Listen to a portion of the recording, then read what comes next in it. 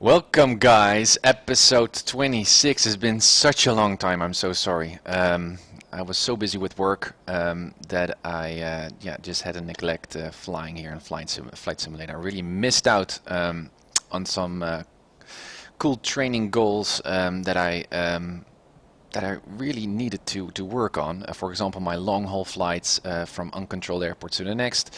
And today I'm gonna continue my flight training. Because I'm here to get as close to that IFR rating in Flight Simulator as I possibly can. Well, a few things have been changed for some of you who've already noticed, perhaps. First off, X-Plane. I fell in love with X-Plane. I knew about X-Plane before, but now that the Airfoil Labs Skyhawk is here, which was already here for some time, I just tried out X-Plane on my Windows computer instead of on my Mac, and enjoyed a 20 or 30 frames per second increase in comparison to Mac, so I was really stunned by that. Also, I really started to enjoy the Airfoil Labs Skyhawk. Now, don't get me wrong, I'm still a big fan of A2A simulations, and the Airfoil Labs Cessna doesn't really come that close to A2A, but it's getting there. And in the next week or so, they're going to implement an upgrade with much more realistic engine behavior, leaning, spark plugs, the whole maintenance stuff. So it's getting there. But I really like X-Plane. I mean, gorgeous graphics, a lot of failure and realism scenarios there, from hypoxia, engine smoke, in-cabin smoke, all kinds of cool stuff, bird strikes. So I'm really getting curious to familiarize myself with X-Plane a little bit more. So I thought, well, why not? Just use X-Plane for the next episode. So here we are at Mesquite. So that's the episode, or that's the airport that we visited last time. This time in X-Plane. Well, as you can see, in the middle of nowhere. And what I'm trying to do here is to get back to the LA area, because I'd like to pass my V ratings on PilotEdge. By the way, I need to sign into PilotEdge while I'm mentioning PilotEdge. Connected to PilotEdge. Connected to PilotEdge. Cool. Hey, B-Sort, welcome.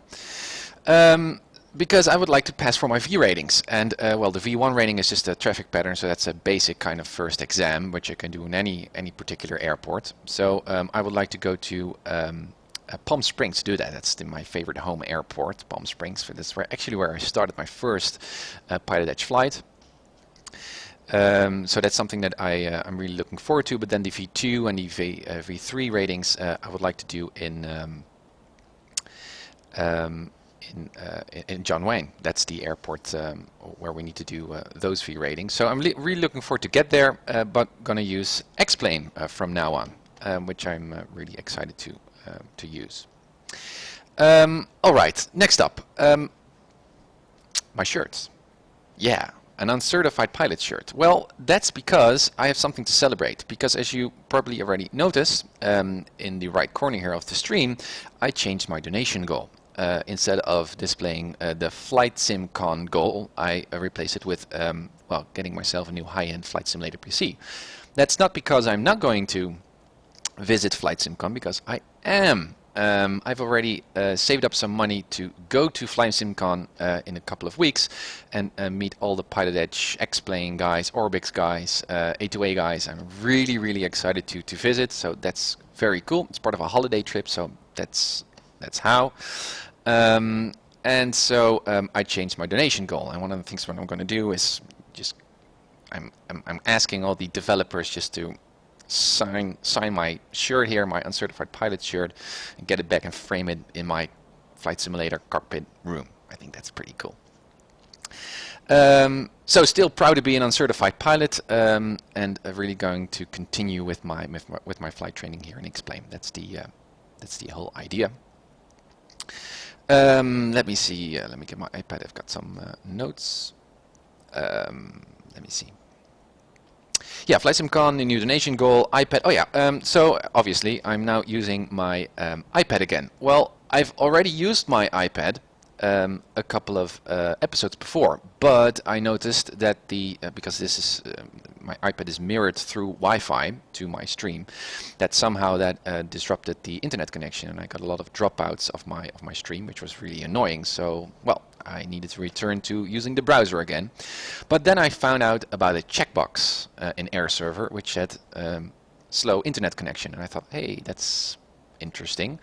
So what that checkbox did was actually downgrading the resolution of my iPad Retina resolution that what is now streaming here on my overlay here, and therefore making it much more easy for my streaming software to incorporate this for-flight display. So as it turns out in my testing, now the for-flight iPad mirroring stuff does work and does not interrupt my stream. So I'm hoping that in this episode it will still remain stable and everything works just fine, but I'm expecting it to work. So I'm really pleased with that. So I don't need to switch with my mouse to my second monitor and get to SkyVector. I can now use for-flight again as I was used to doing, which is very handy, very cool. So for-flight is back again. Let me see. iPad X-Plane. Yeah, so X-Plane. Just explore and X-Plane just to see whatever happens. I still have prepared, but I mean, look at these light effects. I mean, it's just absolutely amazing. Going to be a night flight, by the way, today. So that's my. It's actually a flight test, but I'm not really pleased with that flight test overlay over my webcam. I don't really. I'm gonna stop using that. So you can just see me as with my webcam doing my flight test, rather than that overlay, that yellow overlay that says that I'm doing a flight test. So I'm not going to do that anymore. So this is a flight test, a long-haul flight from one uncontrolled airport to the next, a night-based one, and we're going to go to Gene, which I'm going to explain to you in just a second. And I'm going to dust off my flight skills. Yeah, so I haven't been flying for a very long time, really, about, well, 2 months or so since the last episode. So here I am again, needing to demonstrate that I still got it. And now we moved on from the Skylane, the A2A Skylane, to the Cessna Skyhawk. So there are going to be some subtle differences here. I don't know the airspeeds by heart, the flap speeds, and all that kind of stuff. So perhaps you guys know, and you can let me know what those speeds are, or other details that I'm not really aware of yet, or knowledgeable of. So that's the Skyhawk. So yeah, that were my notes. Let's see, were there any other things that I needed to say here? I guess not. Let me see. Let's move on to for-flight here. So what are we going to do, guys? Well, this is Mesquite, in the middle of nowhere, just along this this highway, this freeway, and we are. Let me zoom out so you have an idea where this airport actually is. Here is LA, and there is Las Vegas, and here is Mesquite. So we're a long way from downtown. So the idea is to get back to the LA area for my V1, V2, and V3 ratings. And I would like to do my V1 rating at Palm Springs. So let me see, this is Las Vegas, here is Palm Springs. Well, that's a really long ride from here, so I'm gonna make that in 2 flights, I guess. So I thought, well, we're currently at Mesquite, so here, and we're gonna fly all the way down here through the Hoover Dam to Gene, and Gene is over here, just south of Las Vegas. So that's gonna be a cool trip, I think, by night. So I don't know how much we can see during our flight. We'll have a look. Gonna pass on some cross some uncontrolled airports here. So let's plan for our flight. Mesquite, boom. Runway 01 and 19er. And then I like just to get my destination airport already in. Boom, that's Gene. And then we're gonna make this much more fine-grained. So first off, we got a VOR there. Well, we can just follow the highway, but let's just hook that one up. All Mormon VOR. Okay, then we need to go south. There are a couple of airways here, as you can see. This one at 180 degree airway, and it's going to, what is it called? Winds? Well, it's a little bit too much to the east, I guess. So let's go just to Boulder City. Oh, not an airspace. I want to have that airway over there. Boulder City, click. And let's just fly over Perkins. So we have a reference there. We've got Echo Bay. It's also an uncontrolled airport, Echo Bay. So keeping the lake there, the Lake Mead to our left side. Then we're gonna make that right turn to the Hoover Dam, then yeah, Boulder City. Well, we've got a lot of airspace here, but as you can see, these Bravo shells start from 6,000, 8,000 feet. So if we remain a little bit close to the terrain, we will be just fine. I hope. So that's gonna be okay. Need to be sure though that we're not gonna bump into, can I highlight this particular shelf? Well, that shelf, that 4,500 feet shelf. So we need to stay east here of Boulder City to remain clear of that airspace. And then that last leg, let's remain clear here of that airspace. Well, 6,000 is pretty high up. I guess we can just fly underneath that, but there are some mountain ridges here. So perhaps it's better just to follow these power lines. So let's make that just a GPS coordinate. And then we can hopefully cross this mountain ridge here. Well, we have to be creative. 4,000 feet, 4,500 feet. Okay. Okay. All right. So I think that this would be a nice flight, I guess. What does ForeFlight say? It's a 100 nautical mile flight, 1 hour. Okay, cool. Seems about right, I guess. Yes, we got a VOR. Yeah, we got alternates here. Untowered airports in case shit hits the fan, we can divert, so that's cool. We are ready to go, I guess. Well, let's have a look at the weather. We can see a lot of VFR, VMC depictions here. So Las Vegas, 210, 12, gusting at 24 knots. Wow. Okay. And other airports, I guess, will report kind of like the same. No. 190 at 7. Well, clear skies. Boulder City. What does Boulder City say? MEDAR.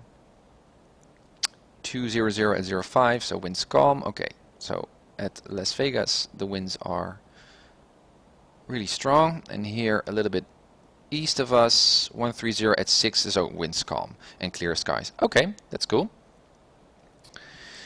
So chances are, whether we when we come near Las Vegas, the winds might pick up. 230 at 15. That's Henderson. Okay. Okay. So that's cool. Well, we can go to the imagery tab here of ForeFlight. I really love that section of ForeFlight. Got my favorites here already ordered. Very general idea of what the weather is doing. Well, in our case, not really significant weather. This is rain. Nothing in our area, as you can see. This is the forecast. Well, it is at 06 Zulu, the left one, and the right one is 18 Zulu. We're currently at 10 Zulu. So let's see what is happening. There's some marginal VFR weather there, a little bit to the coast, but I guess it's really much more to the south of us. So no marginal VFR weather, I guess, in our case. So that's good. We can here see clouds, I guess. I don't know what this means. CLDS. Well, should look that up. cloud forming. I guess it says that is related to the marginal VFR stuff.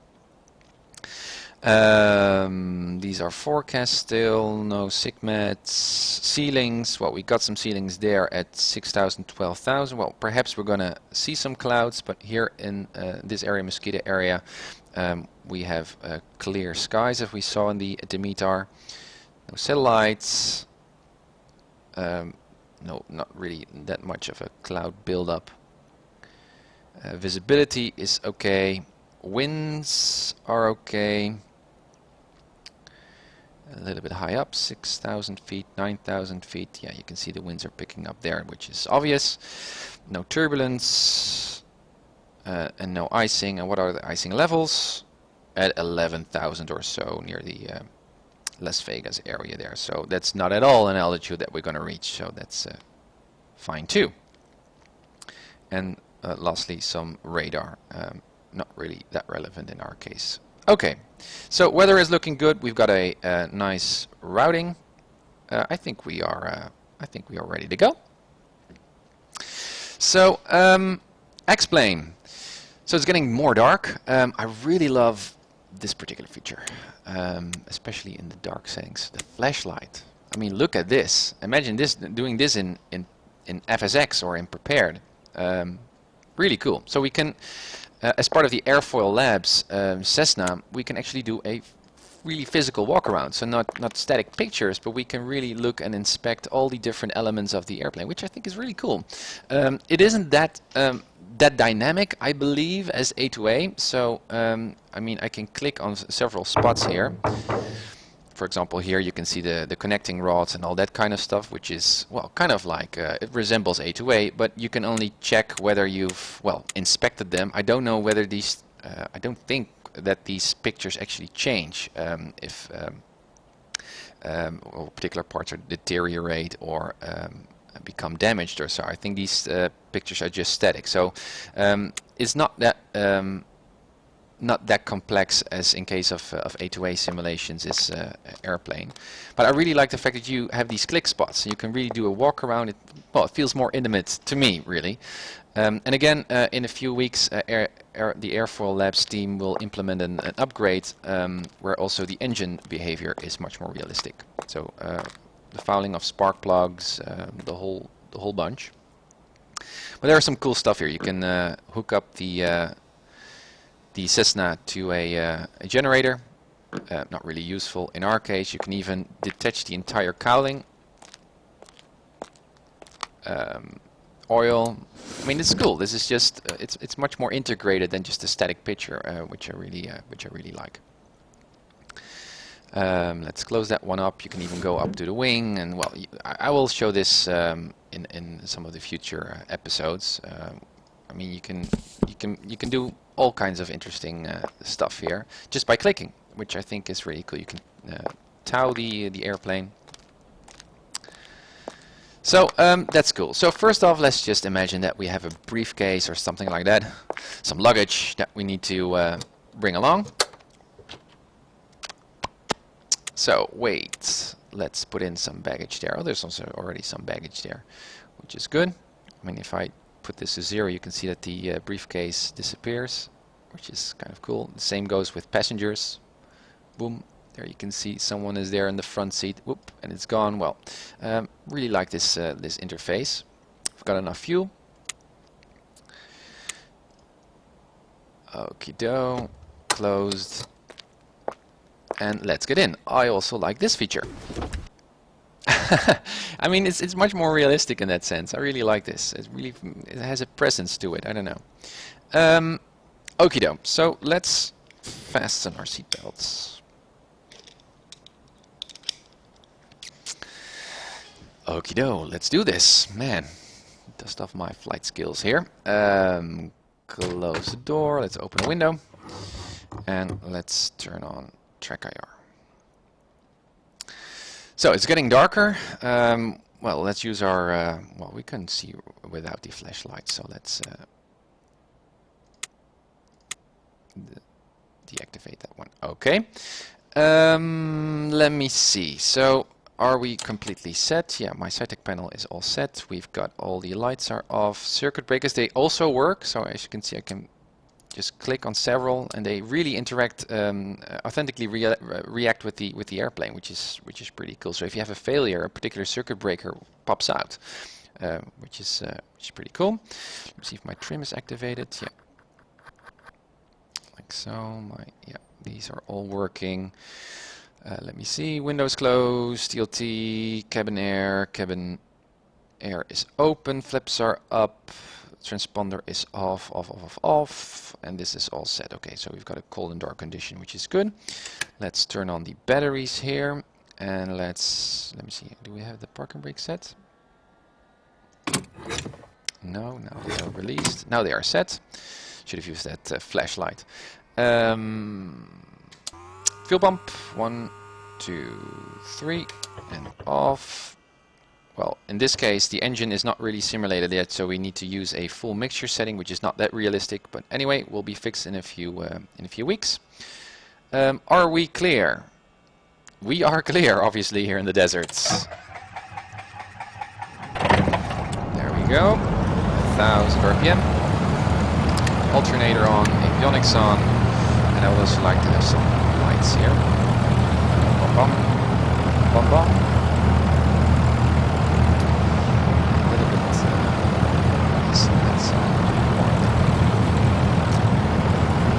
Okay, let's turn on our put on our virtual headphones, and there we are. Close that window. Now, one thing that I also really like, I mean, these light effects are really cool, but if you turn on the landing lights, I mean, have a look at how these landing lights also reflect on all the objects. Really cool on airports. I mean, for X-Plane users, this is quite usual, quite normal, I guess. You guys are already familiar with these features, but from an FSX or prepared point of view, this is really cool. I mean, especially during landing. I mean, the light effects are just absolutely amazing. Okay, so let's turn on our transponder. Let's put it to altitude already because we're going to take off in just a sec. Everything looks just fine in the green. Let's turn on our nav lights, strobe lights, and landing lights. Just do a quick flight control. I mean, also look at this, strobe lights that reflect on the runway, on the taxiway here. That'll work, and that one works too. Okay, and I would also like to check my flaps. See if those are really coming down. I guess need to make my TrackIR more sensitive. I don't know if I can even look at the back, yeah, without breaking my neck here. Okay, so that is working as well. Flaps up. Okie doke. Well, we've got a runway, let me see, 01, so we're currently at 01, I guess. And we need to fly to Mormon, which is 114.3. 114.3. Is this F1? Yeah, 114.3. Bum. So that's set. I mean, we're just gonna follow the highway, so it's not really that necessary, but just to have an idea. Over there. Or perhaps we're gonna set that at nav2, because nav2 has a DME, which I really like. 114.3. Boom. Let me see. 114.3. Did I set that one? 114.3. Yeah. That's from.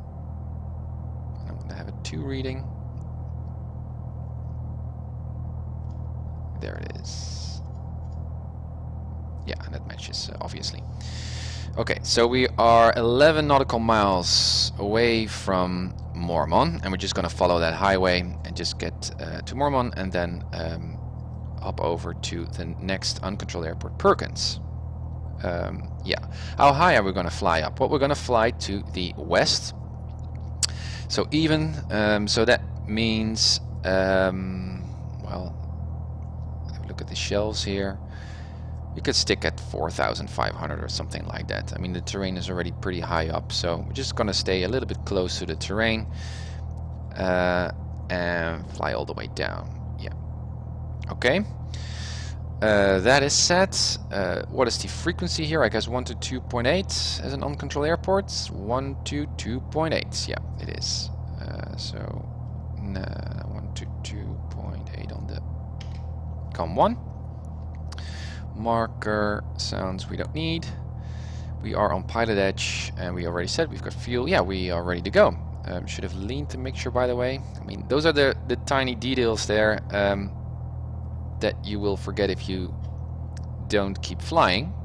I've been flying 2 months ago or so here on the simulator, and already I'm noticing that I don't have that much flow anymore, so we need to get into this stuff. Okay, so here we are. It's really getting dark here, which is very, very nice. We are ready and set. Engine is warm. We've got our frequencies. We're gonna fly gonna fly to the west. We can set the heading bug already just to help us. What kind of pattern? Do we have a right hand or a left hand? Well, there's no right hand depiction there at Muscovy, so we've got a left hand. So it's gonna be a left downwind departure. Okie doke, VFR, we are ready. Okay, guys, let's go. Enough talk. I'm gonna release those parking brakes. There we go. So toe brakes there. Make sure full in. Muscovy traffic. Skyhawk Papa Hotel Tango Mike is departing runway 01 for a left downwind departure. Muscovy. Okay, make sure no one is here. No. And no one is on the runway. Cool. There we go. Full power.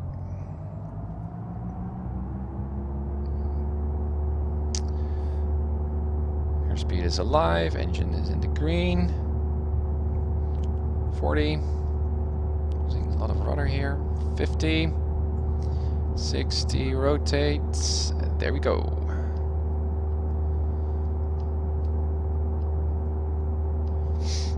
VY. I don't know what the VY speed is of the Cessna Skyhawk, really. I think 75 or something like that.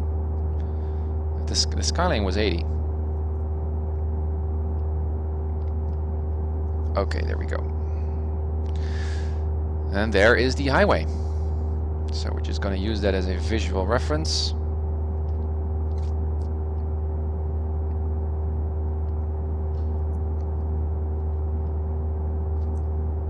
Almost 500 feet.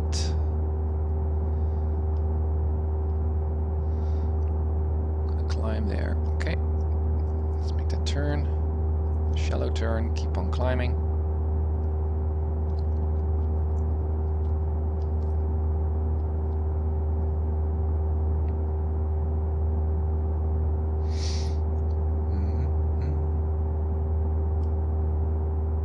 Absolutely pitch dark. Not a time to get an engine out. Okay, well, a little bit past that base lag. Not gonna do an announcement here, just here on downwind, I guess. Muscovy traffic, Skyhawk Papa Hotel Tango Mike is on the left downwind runway 01. We're gonna depart to the southwest to 4,000 feet, Muscovy. Just gonna keep on climbing. Keep that nose up. I mean, look at these light effects again. Looking at the highway, I mean, doesn't compare to Prepared or FSX. As I mentioned, coming from Prepared here to X-Plane, I've got a 20 or 30 frames per second increase. It's amazing. I mean, I guess that's the difference between a 32-bit and a 64-bit simulator. But then again, not that much realism compared to A2A's Skyhawk or Skylane. But I'm looking forward to that update by Airfoil Labs in the coming weeks. So 4,000 seems about right. So I'm gonna push on that yoke, allow the airspeed to increase. Now let's set our RPM to, well, 2200 or something like that. Okay, let's lean. Look at the EGT there to the left. Very unrealistically jumps up. Should be much more slow. Something like that. Ridge of peak. And now I'm still pushing on that yoke, so I'm going to trim now. There we go. So we got a reading already. Oh, we already had a reading, obviously, of Mormon. We can just follow the highway, but just to make sure, let's just fly, catch that radial. 9 nautical miles. And from Mormon, we're gonna fly a heading of, can I see that on ForeFlight? I guess so. No, I don't want to use that function. Let me see.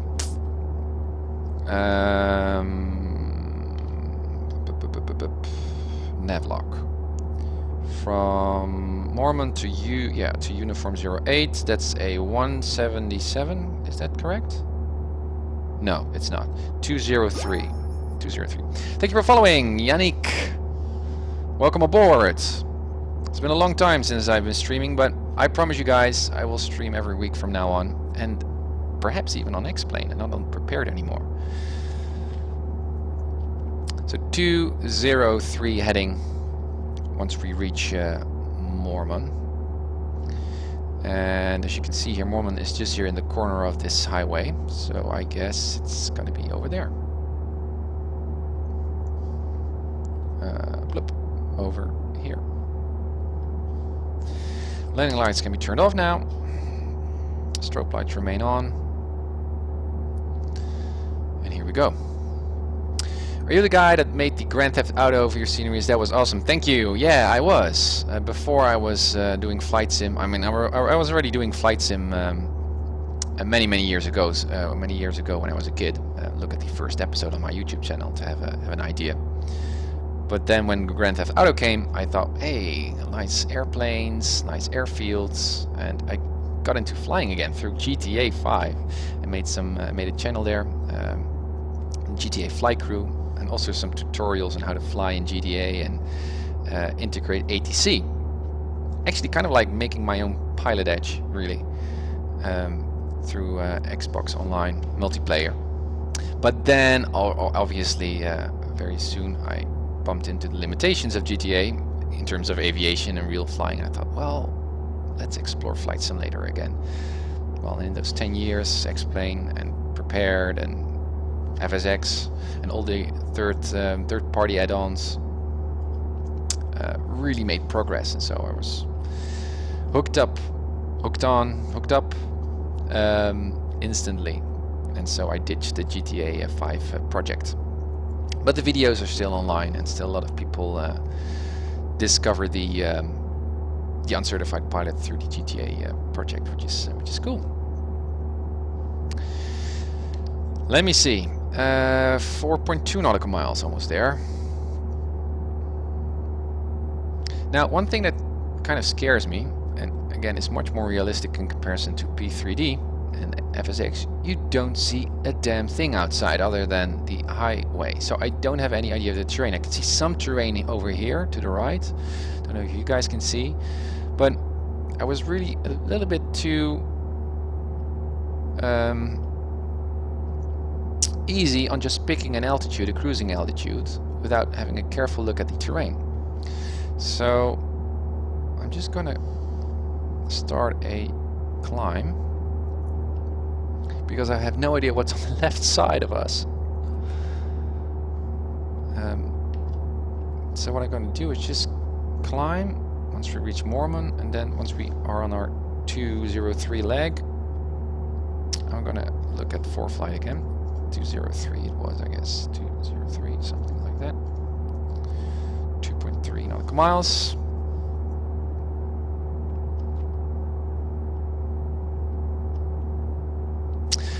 I don't know if you guys can see, but this also, these are just details, but I love the fact that the strobe lights reflect in the cockpit. don't know if you can see if it's the gamma settings here that I mean, here I can really see the flashes in my cockpit, which is very cool. Okay, this is Mormon, so let's turn to 203. So we're now making this next leg to that airport called Uniform 08, Perkins.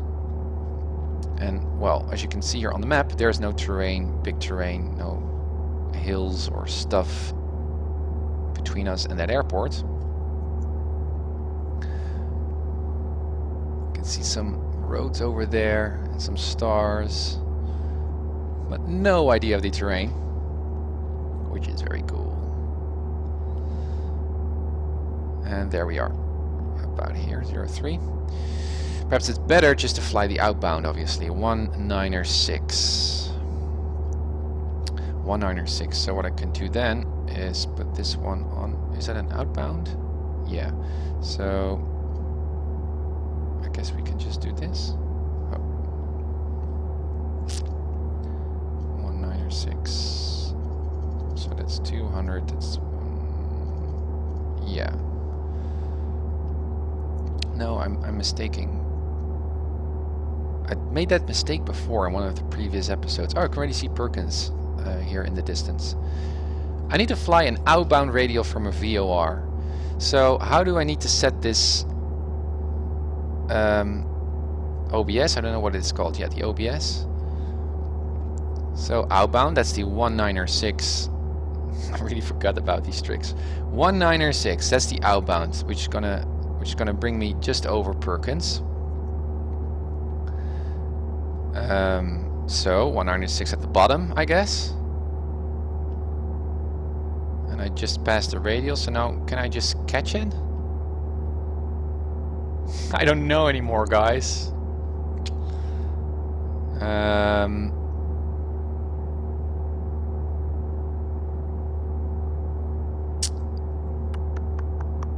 Well, we're just gonna experiment. So if I just set in the 196 at the top. Oh. That's 200, 196. It's a from direction, which makes sense, because we already passed Mormon. So now if I'm just gonna try catching that radial, should I just fly to the left, or should I then do the opposite and fly to the right? Well, let's have a look. There's no terrain here, I hope.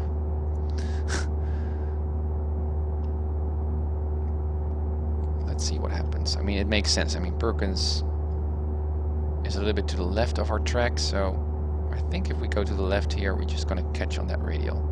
Yeah, it already creeps in. Okay, so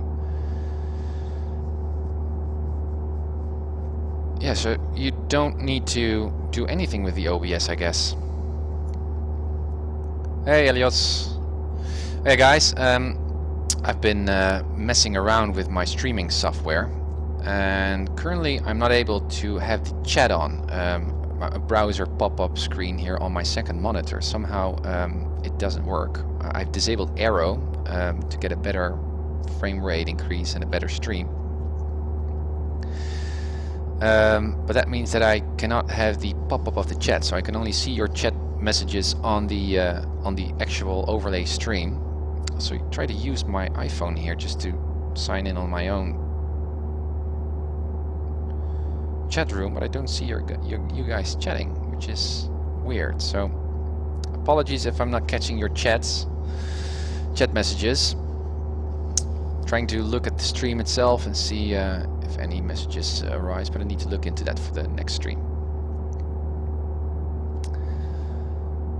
There's Perkins. I can see already some city lights there. 5,000 feet is fine. Again, can go a little bit more to the left here to catch that radial.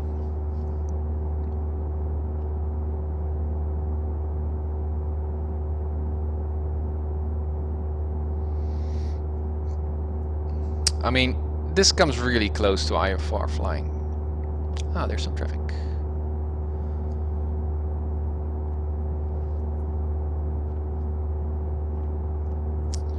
And this is actually in flight test. but I've decided not to use the flight test overlay over my webcam because I think it's silly and not really that useful. I guess you guys would like to see my face and my expressions while I'm doing the flight test. So yeah. And then my V1 and V2 and V3 ratings, guys. Man. So as I started with the episode, this current episode, my plan is to pass for the V1, V2 and V3 ratings before I visit Flight SimCon. I am going to visit Flight SimCon as part of a holiday, so I'm really excited to meet the PilotEdge guys and the Orbix guys and the A2A guys. And I'm really looking forward to visit Flight SimCon. Let me see, am I doing it? Yeah, the needle creeps in. And what I'm going to do is I'm going to ask Keith Smith, CEO of PilotEdge, as soon as I pass for my V3 rating, I'm going to ask him, and I don't know how if there's a phrase or some kind of term for this, but as soon as you pass your private pilot license, if you did your exam and you passed, then I believe the flight instructor gets a pair of scissors and cuts a piece of your shirt.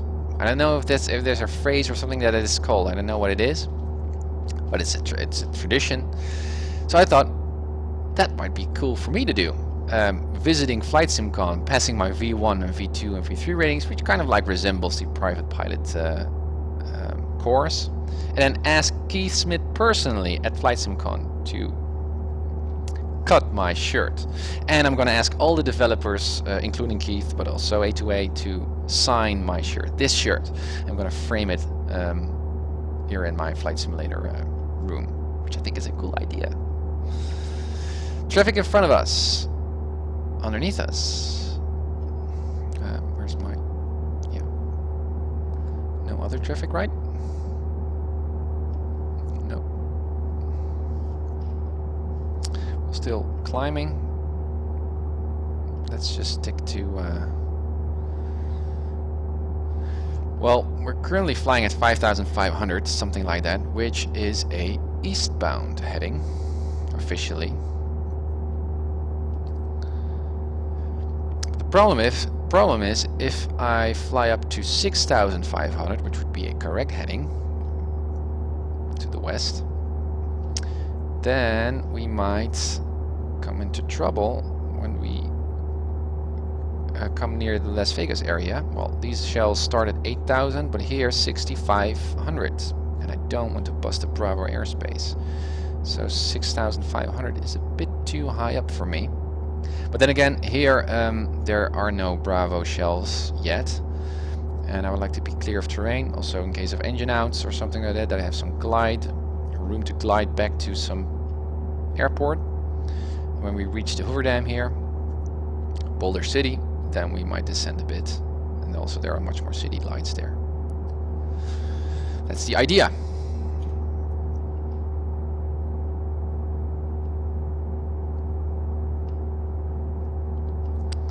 Perkins. There's the traffic to the right of us. Can I do this? No, because it disappears. Night flying in X-Plane. A totally different experience from prepared or FSX, in my opinion. So I really like X-Plane for a couple of reasons. First, to me, but these are really, really personal things, I guess. First, it feels that it has more presence to it. It feels more intimate. I guess the light effects do a lot. It's stable. I've got a 20 or 30 frames per second increase, which is incredible. I don't need to run Active Sky Next. Well, and obviously the weather system here in X-Plane isn't as good as Active Sky Next. Still, you've got really nice 3D clouds, by the way, which I think are more pretty than in FSX or prepared. But well, again, personal opinion. PilotEdge is integrated. Lovely, free, downloadable very easy to install scenery for many airports of the PilotEdge service area, which are pretty much as detailed as Orbix's. There's no people flow or really walking people as far as I have seen, and you can just download them for free. Thank you for following Future Airline Pilots. Welcome aboard. So that's cool. It's just you download just a folder and you just copy paste it to your X-Plane directory, and that's it. Really Mac-like, Apple-like in many ways. It's nice chatting with you guys, but where is Perkins? Because we need to. Whoa. I've lost Perkins and now I don't know where I need to go to. As you can see. Okay, let's keep altitude here. Just make it 360 just to get Perkins again.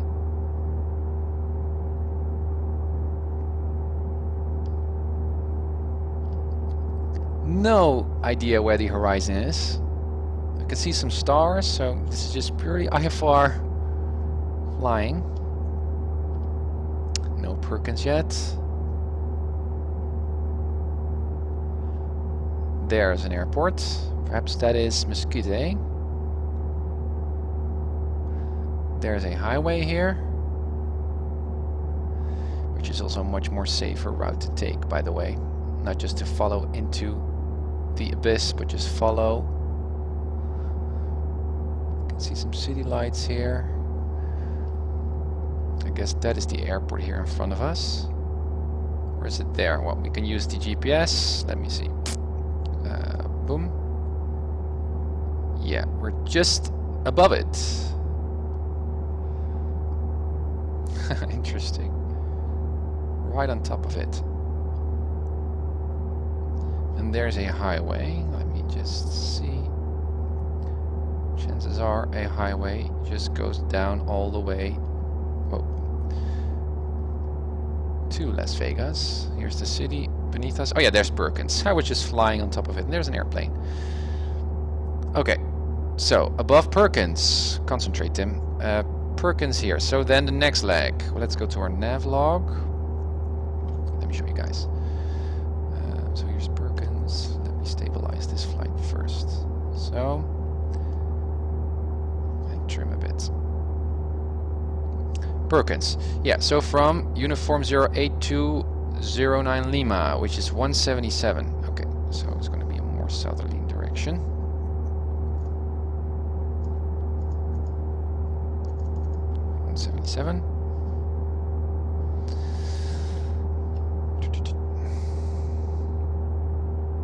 Man, it's dark.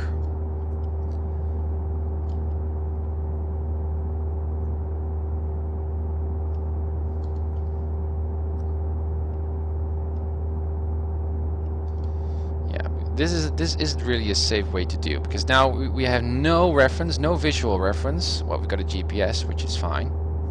I really think this is cheating. I really like to use the map. So, back.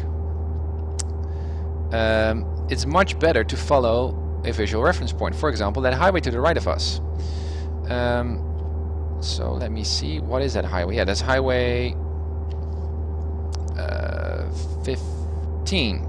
That's the one that we see there. So we could just go to there, to that direction, just follow it all the way along. Then we're going to fly into Las Vegas and all that Bravo airspace stuff. So that's not really a good thing. Oh, man, need to stay on track here.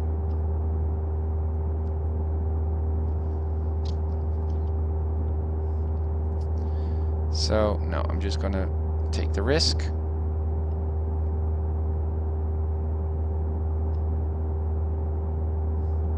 Let's see if we can lean a bit more. Yeah, we can. HT nicely high up.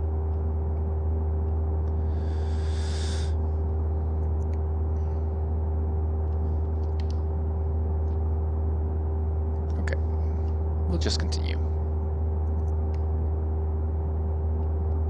Okay, where was I? Explain frame rate increase, gorgeous light effects, easy install, scenery free download, which is almost as good as Orbx's, really. You even got some free photorealistic scenery. John Fly is using that, and some other guys. I didn't really figure out yet how I can make use of that photo scenery too. But that's even more realistic, more realistic even than Orbx's. And very useful for VFR flying, so we need to have a look how to use that.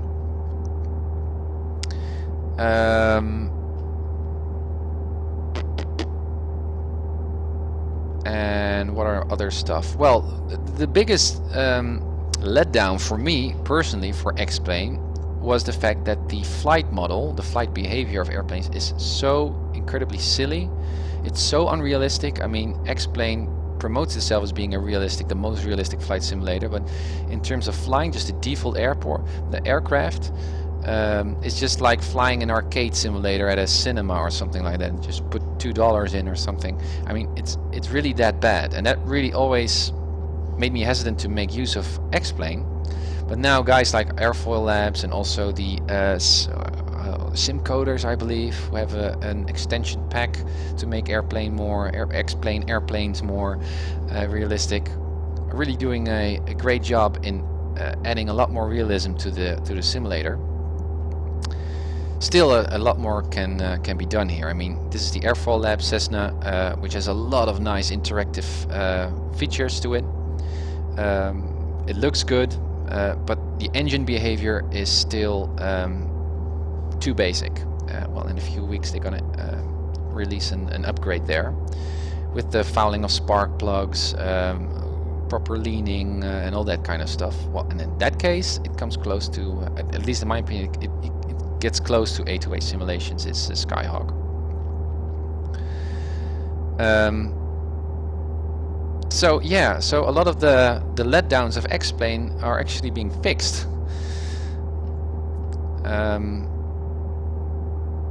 So yeah, I'm really falling in love with X-Plane. So perhaps from now on I will only fly on X-Plane here on my channel. Which doesn't mean I'm not a fan of A2A anymore. I mean, those guys are really awesome. Would love to see them make a Skyhawk or a Skyline or all of their products to be compatible with X-Plane. But the developers said that X-Plane didn't provide them with the right technology to implement that level of realism. So that's unfortunate. Yeah, sorry guys, I cannot see the chat here. I can only see the chat here, your brief comments on the stream. Somehow I cannot use a pop-up of my browser to see what you guys are typing. So perhaps you guys already greeted me and provided suggestions or questions or stuff that I'm missing out on. And I think it's weird why I cannot just log in on my iPhone and follow the chat there. Yeah, there it is. Mike, Elios, disabling Aero won't help unless your PC is scrapped to start with. Yeah, I know, but I noticed that with OBS as the streaming software, that if you disable Aero, the stream is much more consistent and is much more... if you do use Aero with OBS, at least in my case here with X-Plane, there is a stutter every 3 seconds or so, and if I disable Aero, it doesn't give that stutter. So that's why I disabled Aero, and therefore I cannot use the browser the browser pop-up because that requires Aero.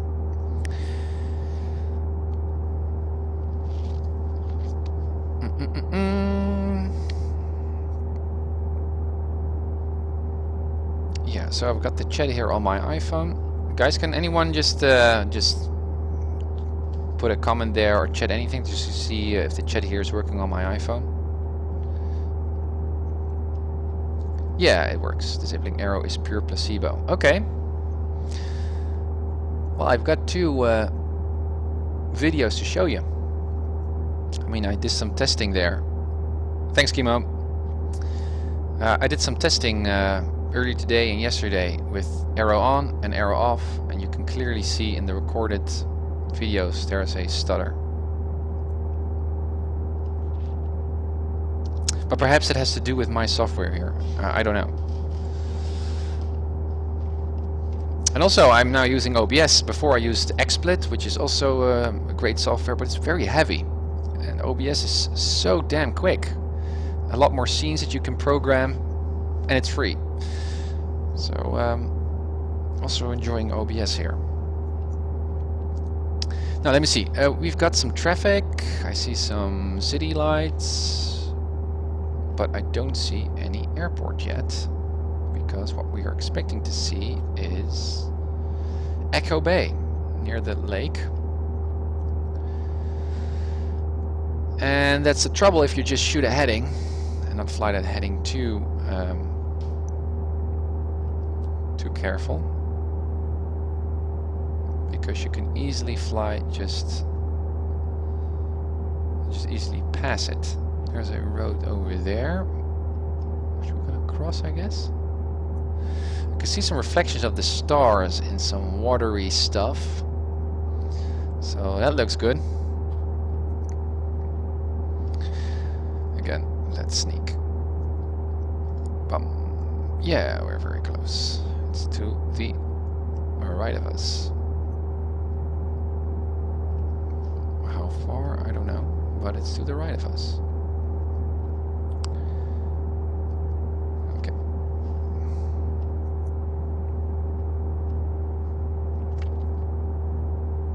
Nicely trimmed. Engine is looking good. A little bit low here on the oil temperature. And I don't know how I can fix that. With the Skyline I've got cow flaps, which I could use, but in the Skyhawk, I don't know. I can see we're getting pushed to the left here.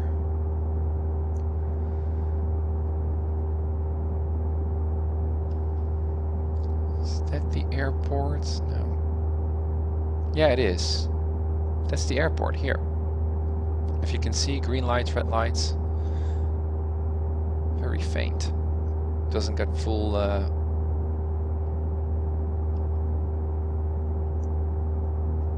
lights. Only threshold lights. Interesting. Okay, so that means that we are at East Bay. So we've got a lake to the left of us. And that means that we need to start with this leg. 8,000 feet shelf, 6,500 shelf. Thank you for following, Steve. Thank you. So now we need to be careful with our altitude here. Still, there's some terrain that we need to cross, especially to the left side of us here. I mean, this is big terrain. So I'm just going to stick to 6,000, even though that isn't really... I don't know if you really get...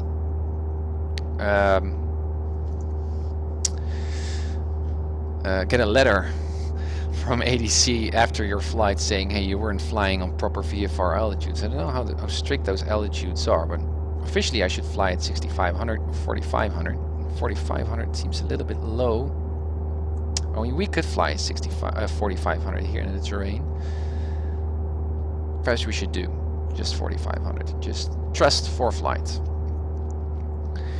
And we need to make a right turn, which is going to be a heading of 210. Well, we're already flying 210. Okay.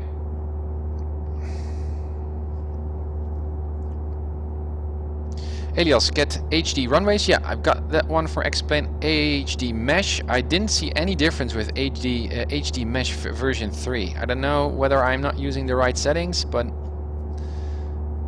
didn't see a difference at all. Realterra I've got, which is great, and I've got some other stuff going. Thanks.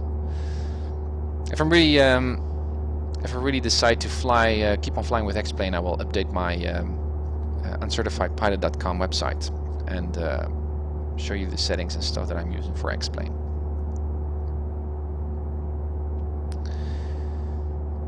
Now let's keep on with that descent. As you can see here already on the GPS, you can see the Bravo airspace sections here already coming in view.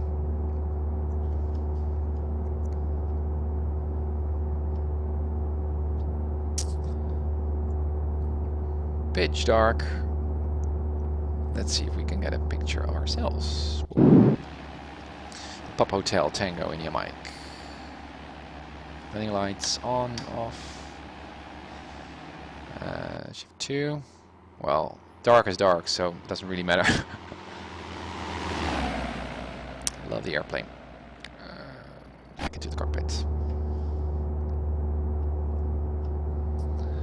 I would like to see some lights.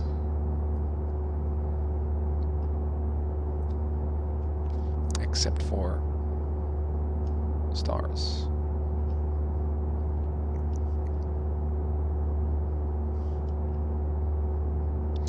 Elias, I have a video on setting up Othos using Rudder as well. Oh, cool. Could you send me a link, Elias?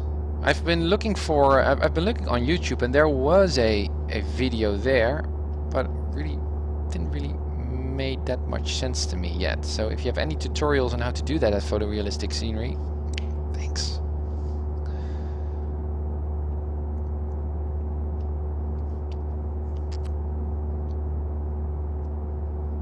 So descending now, getting to 4,500. And my airplane tends to go to the left.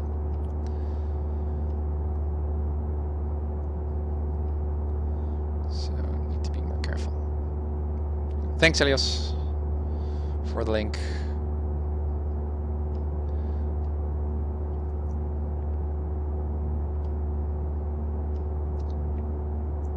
I can see an airport over there.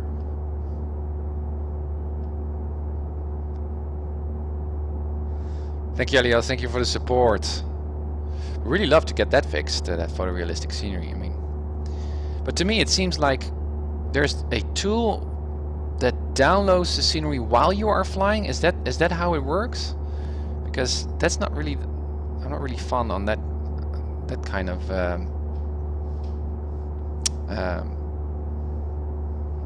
Software, because I need all my bandwidth here to stream. So I'd rather just download a 4 gig, 10 gig photo scenery of the PilotEdge area, just a folder that I can just drop into the custom scenery folder, and that's it.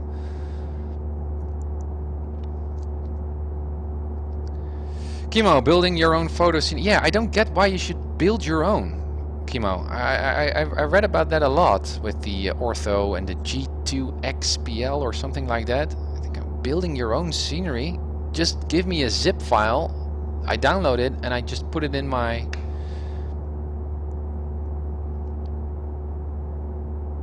Oh, you make it ahead of time. Cool. Well, well, I just have a look at that video, Elias. Let's see what happens. Okay, 5,000. Now, one important thing here, because altitude is a concern to us because of this area that we're going to pass over, is the altimeter setting. Because if we have a wrong altimeter setting, we might be flying 1,000 feet lower than we actually think we are. So let's see if we can pick up an ADIS frequency. For example, Boulder City, 118.475. What did I say? 118.475. 118.475. Boulder City Mini Information, Juliet. 300 Zulu weather. Sky clear. Visibility more than 10. Temperature 14.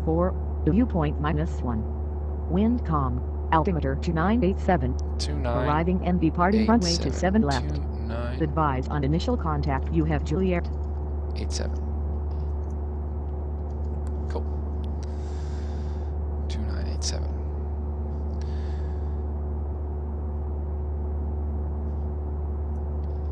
Okay.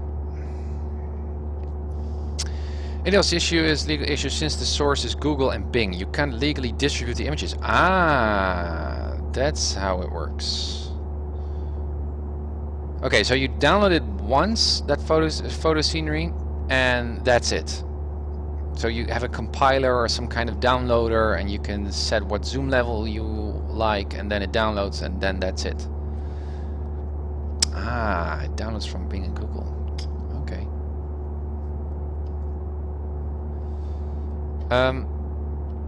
I've already passed my target altitude. As you can see, guys, I'm really out of shape. 4,500. It's really dangerous now to get too low. Trimming up a bit. There's an airport to the right, and I can see water to the right. As you can see here, you can see it wobbling. The stars are wobbling, reflecting.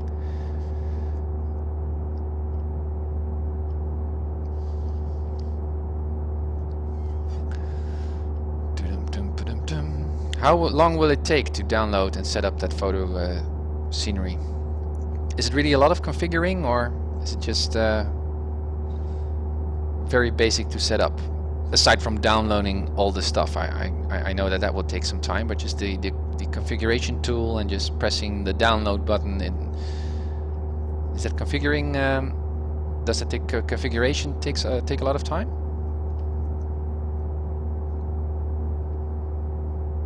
So as you can see here on the GPS, we're flying underneath this, almost underneath this Bravo shell, which is this one, I guess. Ceiling, or it starts at 8,000. So we're underneath that one. So there's Bravo airspace on top of us, almost on top of us. And I guess what we see in front of us is Boulder City already.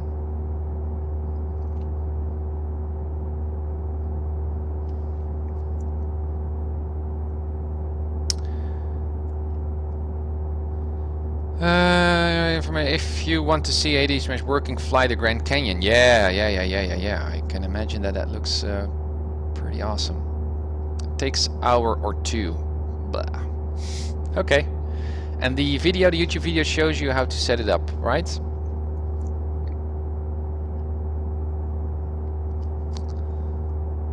Then want to build depending on area and hardware. Yeah, check. But I just would like to have the PilotEdge service area.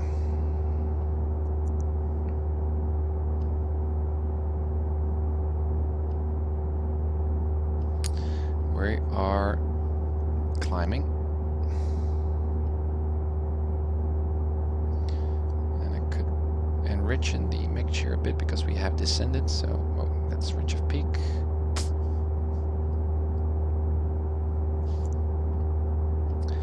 Boulder City.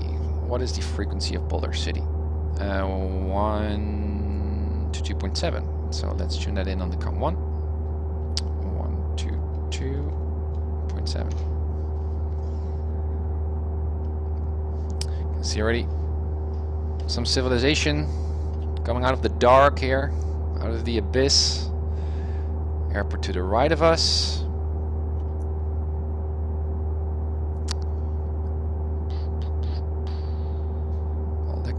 Could be Las Vegas over to the right.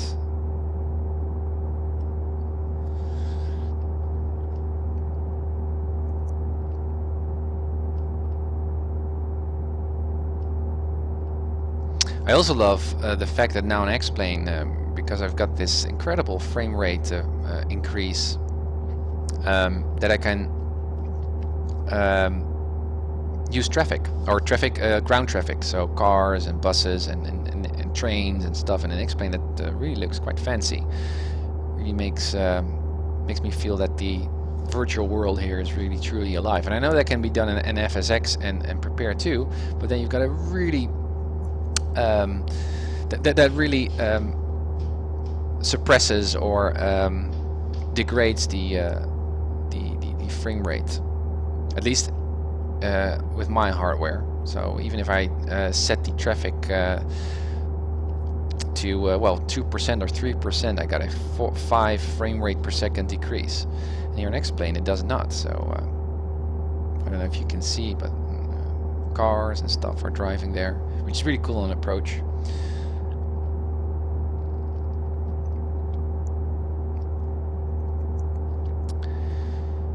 AMD video cards and CPUs will take forever. I don't have an AMD video card. NVIDIA, the software take advantage of your GPU and yep, turn roads to tons, by the way. More lights at night.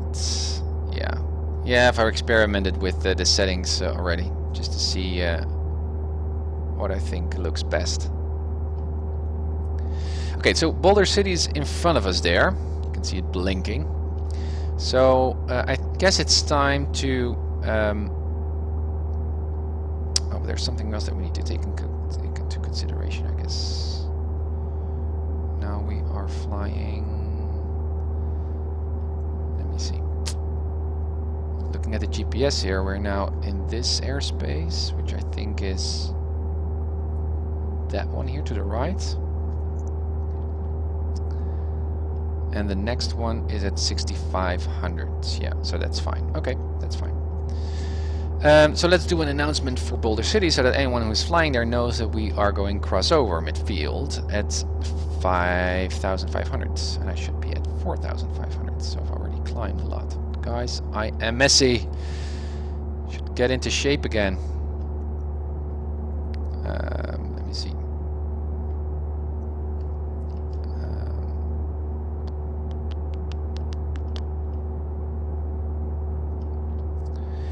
So 1 to 2.7 is Boulder City. We're currently, well, let's say 10 miles northeast, and at 5,300 we're going to pass over 4,500. So 4,500 we're going to say.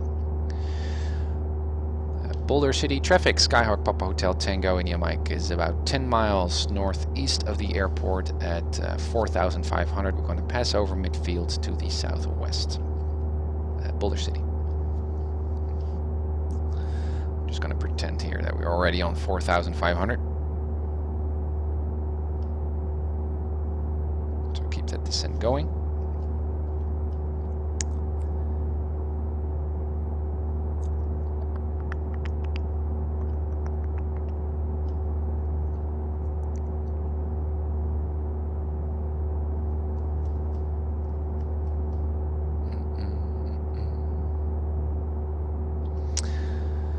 Yeah, that is Las Vegas, I guess, to the right of us. Awesome. I mean, really, we're now in a place here where I do not have a lot of custom scenery. I don't know if I have any custom scenery of Boulder City, but John Wayne and Santa Monica and all that airfields have really nice custom scenery there. So I can't wait to show you guys. Palm Springs, Bermuda, Dunes.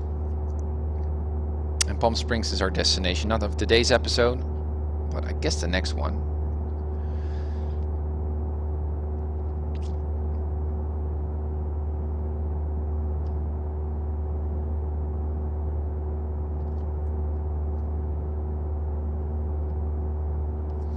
So what is the airport elevation?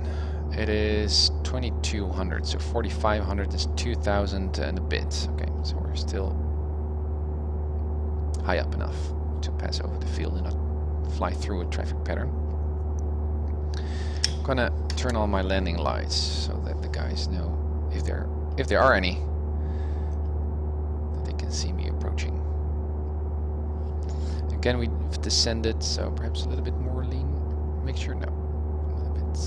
We already reached a peak.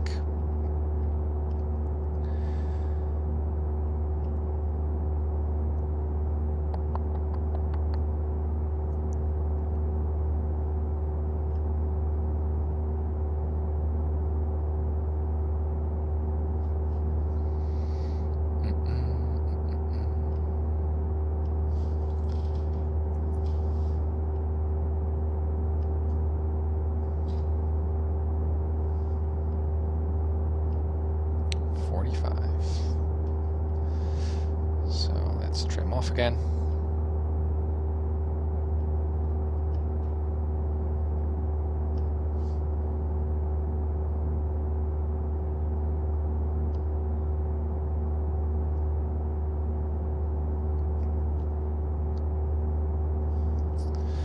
Boulder City traffic, Sky Papa Hotel Tango India Mike is passing midfield at 4,500. We're heading to the southwest Boulder City.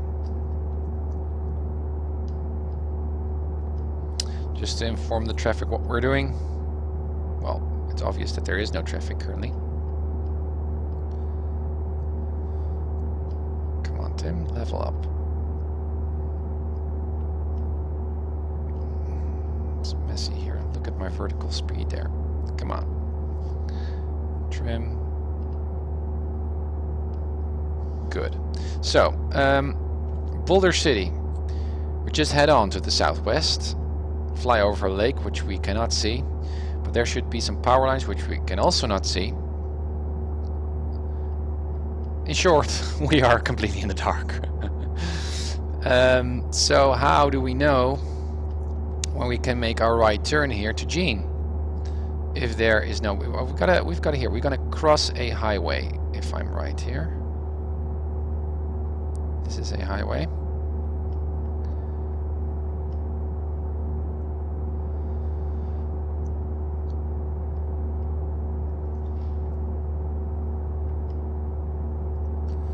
And obviously we have the GPS. Well, I'm really trying to develop these navigational skills, slant alpha navigational skills. But it's hard. I need to really get into this stuff again.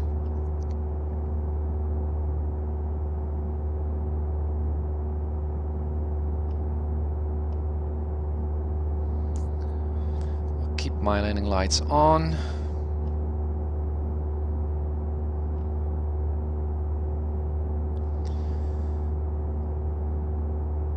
I can see some red dots here. I guess those are the power lines.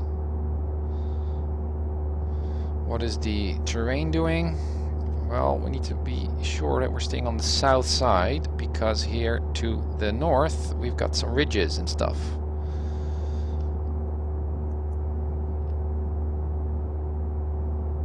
I think these reds, I don't know if you guys can see, but very tiny red dots here, and I think those are the power lines.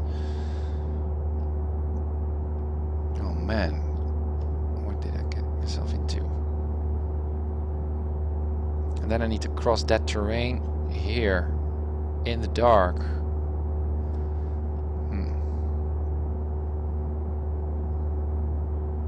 Tim, you're too adventurous. That's at 4,500. So it's obvious that I need to climb, but I'm in the inner ring, outer ring here of the Las Vegas, which is at 8,000. You can see here it's on 8,000. So we can actually climb here.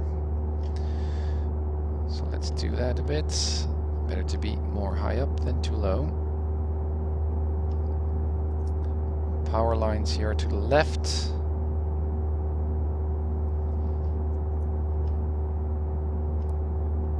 A little bit more power. But there are no visual cues here, I guess. I can see something in front of us. Also a road. Isn't that helpful?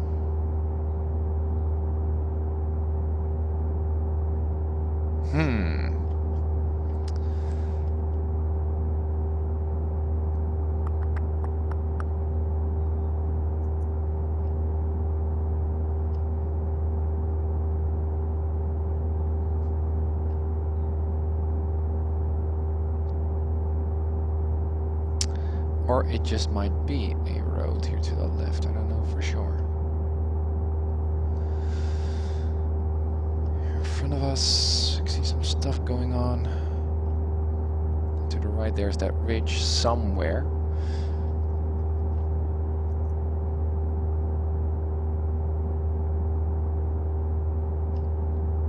So, in case we didn't have a GPS, what would I do? I would just fly this leg until I would see it's the 95 highway. Can it be anything else, I guess? So that means that we're flying here to the west side. But what is the reference point that I'm going to use to make that right turn here across that ridge? I mean, there are some power lines there, but they aren't lit up. So it isn't useful.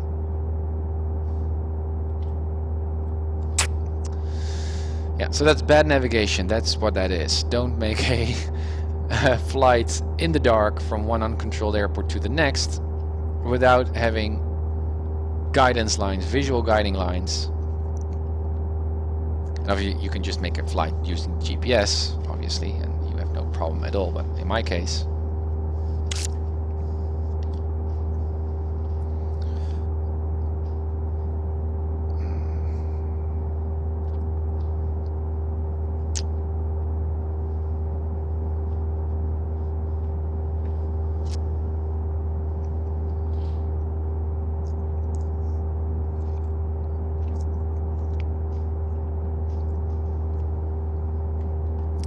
So I guess we're just gonna use the GPS then. I mean, there is no other way. I mean, I'm flying some kind of a road, or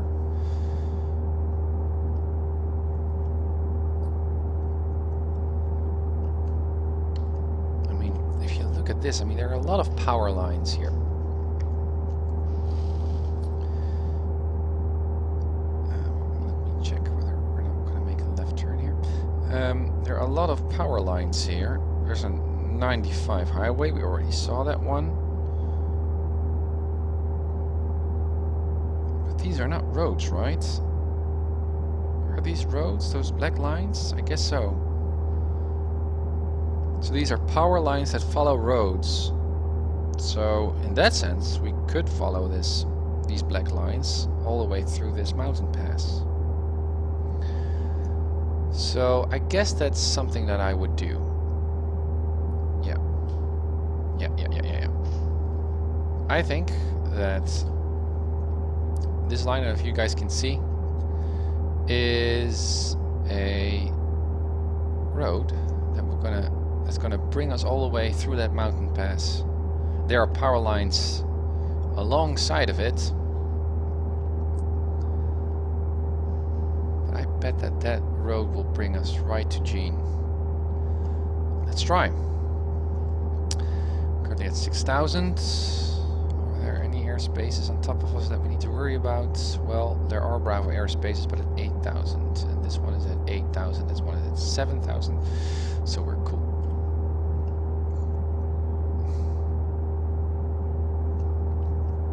Engine is still looking good, enough fuel. Keep my landing lights on, transponder is on, everything is on. Now I've lost the road in front of me, it's under the nose, so I'm just going to fly a little bit to the left here. Yeah, I can see it here to the right. There's the road. Yeah, here it is. So keep it there. Again, what is the elevation here of that ridge? 4,000. 5,000, 4,000, okay. So we should be fine. So let's stay at 6,500.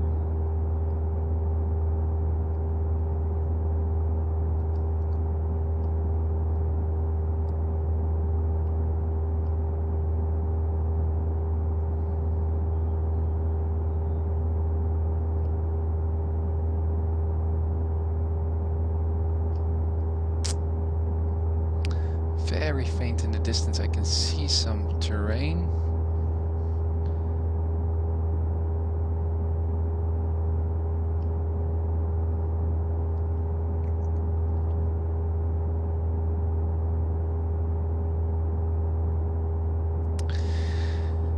Hey HCXX Tempest. Good man, you've got a dream to become a pilot. I don't know what the right way would be to get there. But one step I think is pretty useful is Flight Simulator. I think I can see the airports. Whoa, whoa, whoa, whoa, whoa, whoa, whoa, whoa, whoa. Where does that updraft coming from? I can see the airport. It's over there. Gene.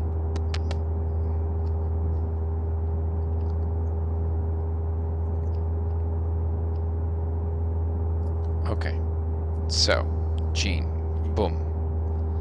Gene is over here. What's the frequency? 122.9. So 122.9 is set to become 1 active. Okay, boom.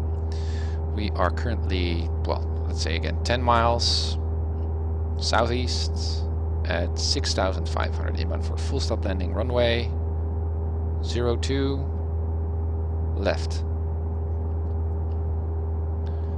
Let's just do a 02 left. I should have prepared the airport information to see what the proper winds calm runway was. 02 left it's going to be. That's the bigger runway. If I look at this diagram, yeah, the left one is bigger. Okay.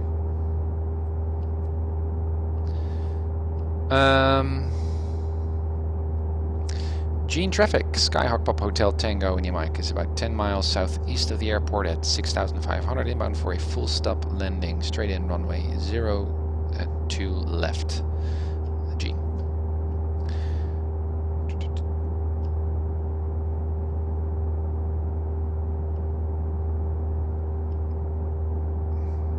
Now, one thing that strikes me, by the way, is that there is a airport. There seems to be an airport behind Gene. And the only airport that could be is Las Vegas, I guess. But that's a whole... I mean, that is... Oh, I want to have a ruler here.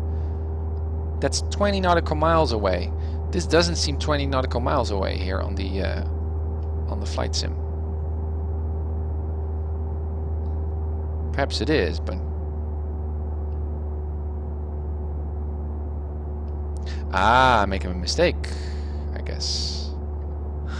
Guys, did you see? Did you see how I made a mistake, a classic mistake? Here on the GPS, here is Gene. Not that one to the right. That airport to the right there is an entirely different airport, and if I had flown a little bit further down to the north, I would bust the Bravo airspace.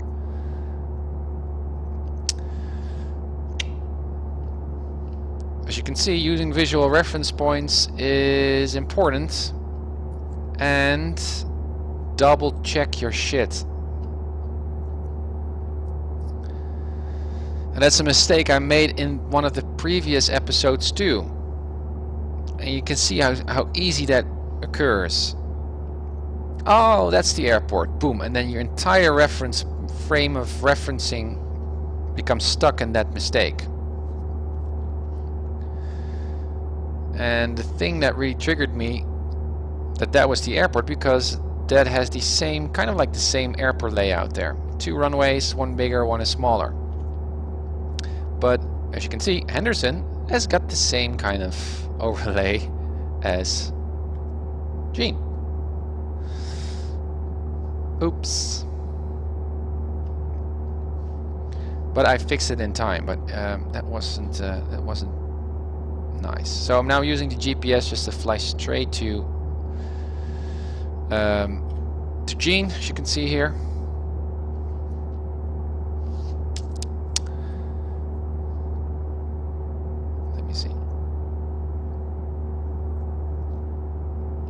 So that radio announcement wasn't good.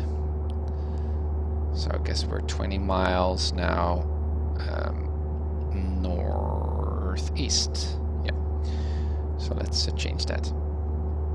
Gene traffic, Skyhawk Pop Hotel Tango in Yoke is 15 miles northeast of the airport at 6,000 inbound for a full stop landing.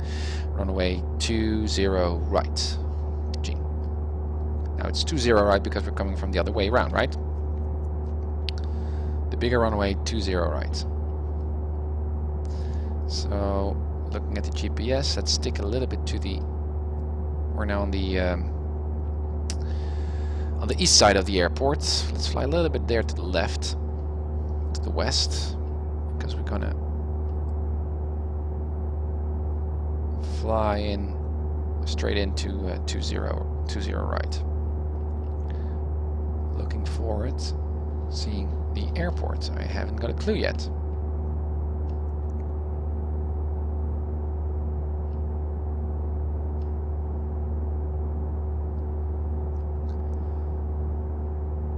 can see some stuff blinking there. There's the airport light, I guess. Cool.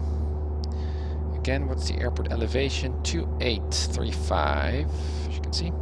2835. Do we have a taxi diagram? No, we don't. Okay.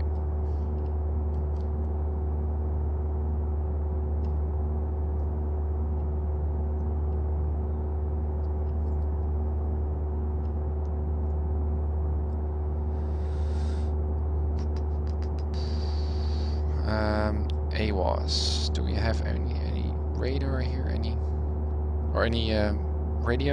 No, we don't. Henderson. What does Henderson say? Gusting 25. Oh my gosh. Okay, so we can expect some winds here. Again, I think that is Gene. But we need to double check. How can we double check? Well, there's a big highway freeway thing going on there. So let's check the map whether that's the case. Yes, that's the case. The airport is located next to this big freeway. So we've got it confirmed. Preferably you would use another visual reference. We don't have any other than the GPS, but double check your shit.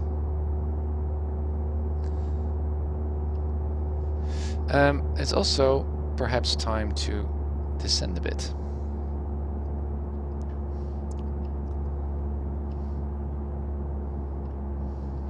Oh man, this is all sloppy, but I like it. I mean, the whole idea of the uncertified pilot here is to get as close to an instrument rating in Flight Simulator as I possibly can, now using X-Plane. And I haven't passed for my V ratings yet. As you can see on the overlay, V0 next to my webcam feed, that's the current V rating that I'm at, which is completely none, zero, non-existent. So, got a long way to go.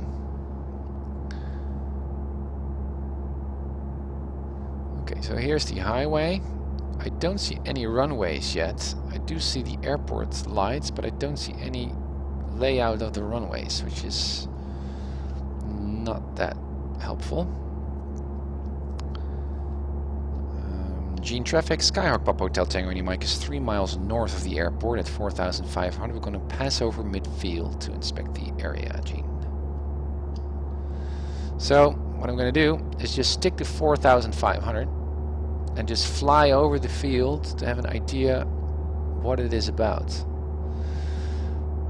Interesting that I don't think that is simulated in Prepared or in FSX, that some airports do not have full light facility stuff.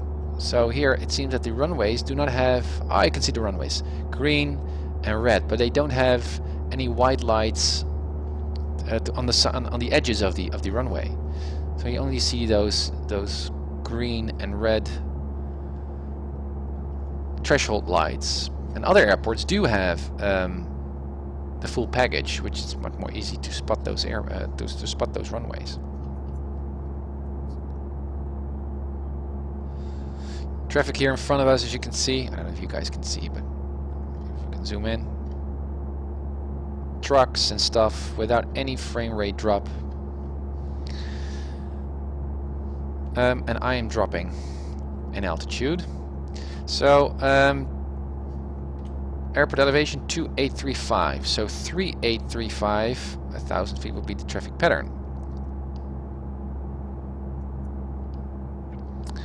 And we can see right pattern is for 20 right. So we're now flying, yeah, so we're flying not in a really safe way. I should just fly across, I guess, just over the runway. Upwind, 20 right, and then make the right turn. As you can see, I should have prepared this before I even left Mesquite, which I did in the previous episodes, but has I need to make that part of my preparations. So here we are. Let's turn that heading bug.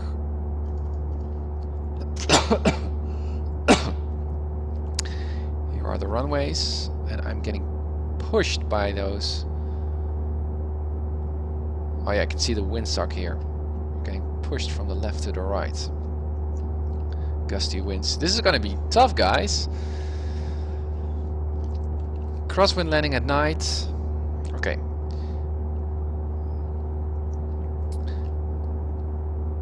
Whoa.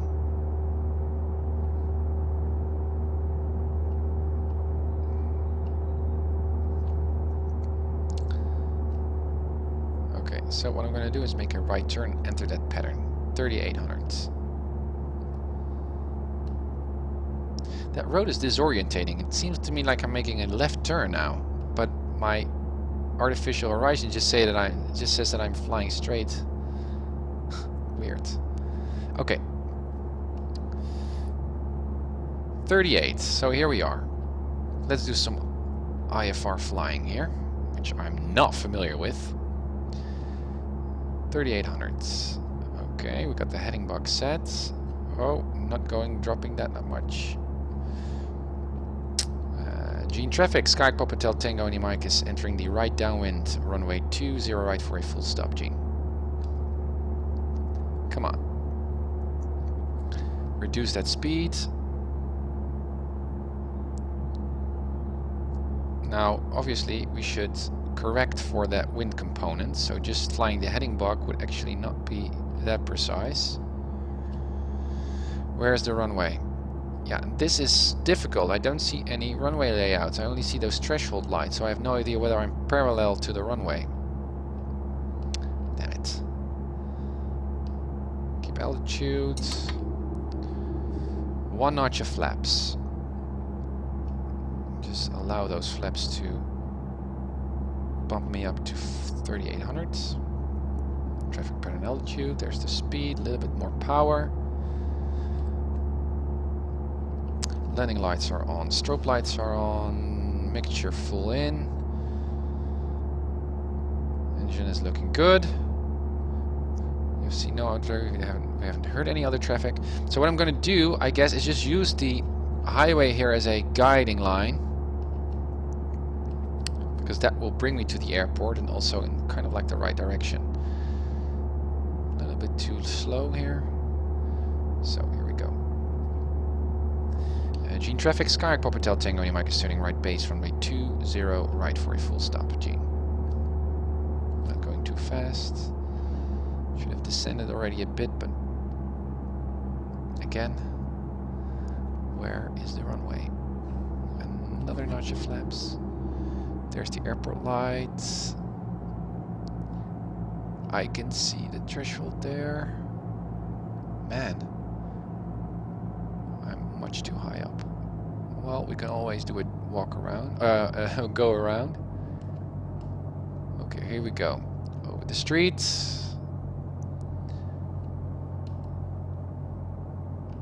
Yeah, I can see the runway. I can see the runway. Oh man, I'm getting pushed like crazy.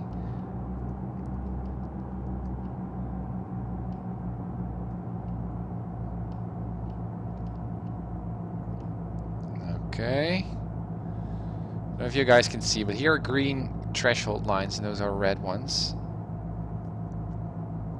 Okay. 80 knots. My landing lights are already illuminating the ground, so grabbing into the wind.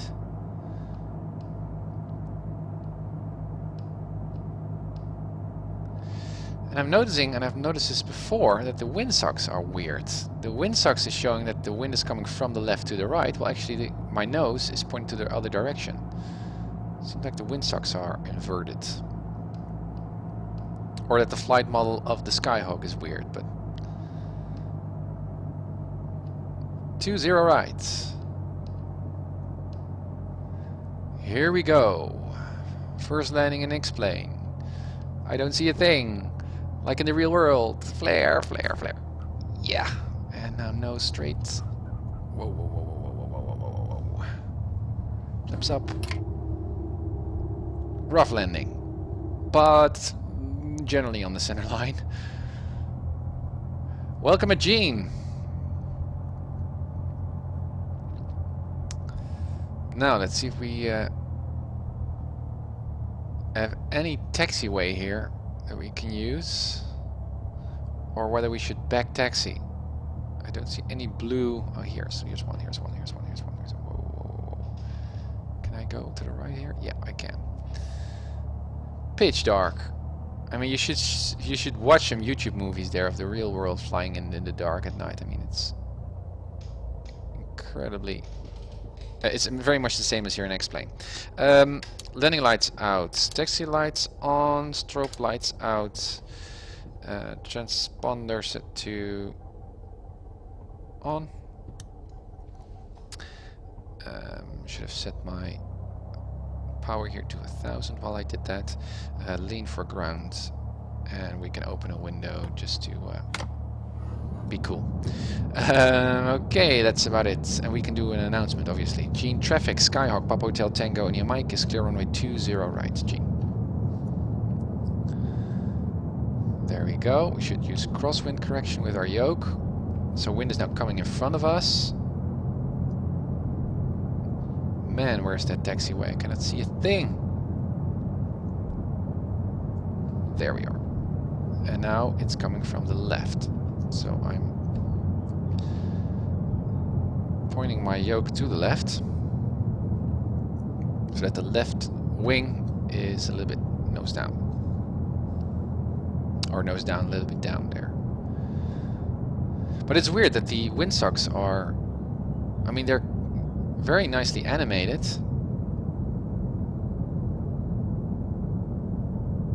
but they show the wrong direction. Or is it just me? What is here? What is here? What is here? Is this a an apron ramp? Seems like it. Yeah. So let's use this center line. I have no idea where I am. Oh, there's some airplanes over here. Cool.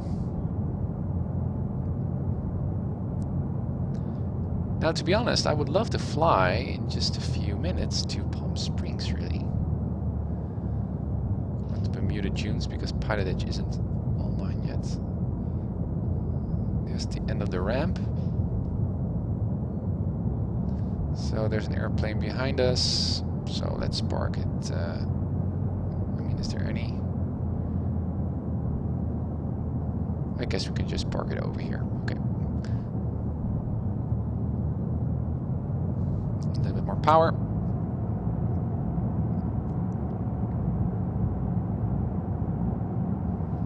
Bam. Man. Okay, so 1000 RPM. Okay, we can turn off the transponder. Bloop. We can then turn on the avionics before we shut down the engine. We can turn on our flashlights before we turn everything down. Strobe lights, taxi lights off, nav lights off, beacon can remain on. And then the lights. Always turn off the lights before you shut everything down, because by day you wouldn't spot that the lights are on, which wears the lights, which is not a good thing. Okay, and then mixture full out. There goes the prop. The magneto's out and the battery's off. Virtual headphones off. And there we are, guys, in the middle of the night at Gene. What an experience this is. I mean, as you can see, well, in terms of night flying, X-Plane does provide high realism, at least in my opinion. Let's open the door. Oh, where are we? Can I open the door, guys? Let me just do this. Boom. Let's release the seatbelts and get outside. And there we are. So cool, man. Okay, so we're currently at Gene, which is pretty cool. Exciting flight, but a lot of mistakes. I was really sloppy with the headings, and especially my approach didn't prepare any of my arrival here at Gene in terms of the airport layout, the frequencies and that stuff. Also in terms of cruising altitude, I just picked one, didn't really concern the terrain here, which was really something that I should have taken into consideration. Other stuff that I did wrong, I don't know. Do you guys see anything, notice anything that you think I should improve on? Please let me know.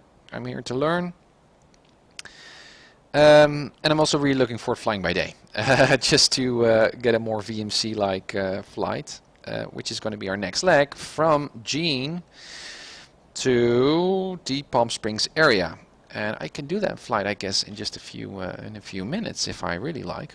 But unfortunately, the PilotEdge service isn't online yet, so no use to fly into Palm Springs if there are no air traffic controllers. So I guess we just fly to Bermuda Dunes there and wait until Palm Springs goes online. So that's what we're going to do next, I guess. Or is that too big of a flight? No, it's not. It's nice.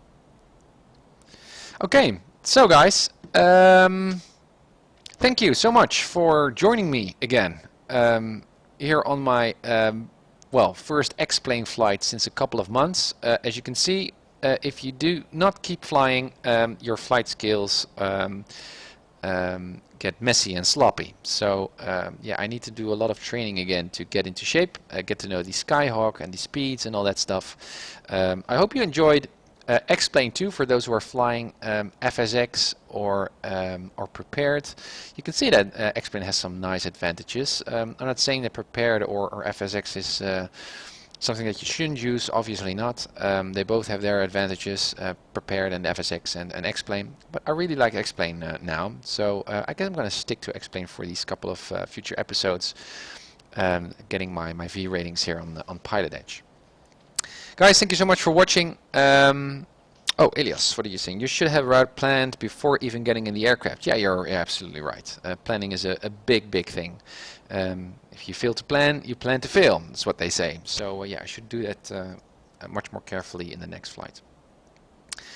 Thank you for all your suggestions and being here flying with me. And hopefully I will see you next time on the Uncertified Pilot. Guys, bye.